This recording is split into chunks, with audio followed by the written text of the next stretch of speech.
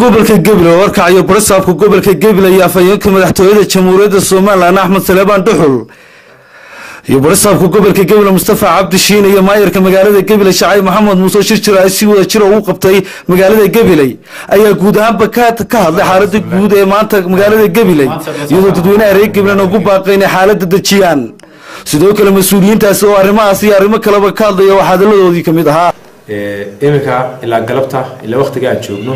magaalada xaaladdu sideedii hore ku soo noqotay wax dhibaatooyin hadda ma jiraan ciidamada nabadgelyada runtii aad u shaqeeyeen si fiican bay u hawlgaleen dadkii rabshadaha wadan runtii waa kala dareeriyeen waxaan soo jeedinaynaa marka dadweynaha reer Gabil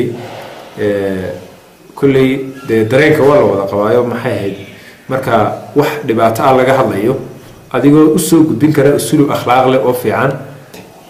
waddan leh ay ka faa'iideysteen ninka sharaftiisii iyo karaamadii uu kaga baxay qarankan iyo bulshada reer Gabilba ay maanta isku dayeen inay dhiig kale u daadiyaan iyadoo ay dhacday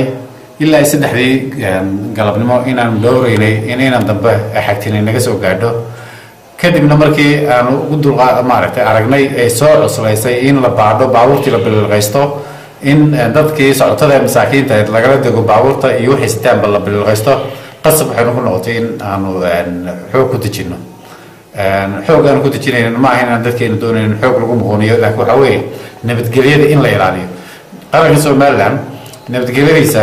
meelihii horseedka ah Gabil waa kamid ah hubkii Gabil yaalay baa Soomaaliland qarannimadeeda lagu xasiliyay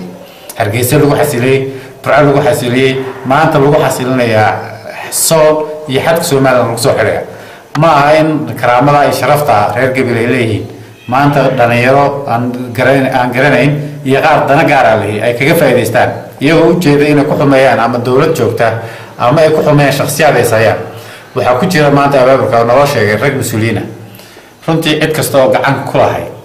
oo ujeedada qaribtay dareenka dhalinyarada iyo tabashada qaribtay oo dhinac xun u turjutay ee doontay in maanta Gabil wadooyinkeedii la xiro dadka masaakiinta dhex mareysay lagu dhex iyo degmadaba ayaa isugu yimid oo hawshii wax ka qabtay wax way dhaceen waxa dhacayna waqadar Ilaahay arrintan maanta ka dhacday Gabil sababta keentay ayaa si khaldan loo turjumay runtii qof kasta uu dhiban karaa horta askariga dhintay laba askari baa dhintay oo ciidamada qaranka ahaa oo sabab u ahaa tan inay maanta dhacdo horta dad islaam ah dad iimaan la baynahay waa inaynu ogaanaa qadarka Ilaahay inuu wax ku dhici kara waa inaynu ogaanaa wax kastaba qof kastaba waqtigii loogu talagalay inuu dhibanayo qofka sababta geysanaya sabab baa looga dhigaya laakiin haddii ciidanka halkan maanta ku dhintay ay meel kale joogi lahaayeen way dhiban lahaayeen oo toodii baa iyaa gashay waa qadar Ilaahay qadarka Ilaahay markaad aqbasho ayaa wixii kale amba wixii kale yimaadana aad aqbali kartaa laakiin qadarka Ilaahay cidna ma diidi karto waxa la yiraahdaa askarigii dilay labada askari wuu baxsaday waxa la wax ka jira ma jiraan askarigaasi ha baxsado laakiin waa lagu daba jiraa waxa la yiraahdaa askarigaasi intii la qabta la sii daayay waa mid fidma arrintaasi oo aanay waxba ka jirin askarigaasi baxsaday waa lagu daba jiraa ciidamada qaranka ku daba jiraa waa la soo qabanaya insha Allah midna in la ogaado muhiima ciidanka qaranka labada askari ee ka dhintay waa kamay dhiman beel kamay dhiman qabiil waxay ka dhinteen wax ka weyn waa qaranka Soomaaliland bay ka dhinteen qaranka Soomaaliland bay gaarkaayeen qaranka Soomaaliland bay ilaalinayeen qaranka Soomaaliland bay u dhinteen ilaa maalinta ay dhinteen ilaa maanta xukuumadda arrinta way ku mashquulsan tahay marka si khaldan wax loo turjumay ayaa keeni kara in boqolaal qof oo kale wax ku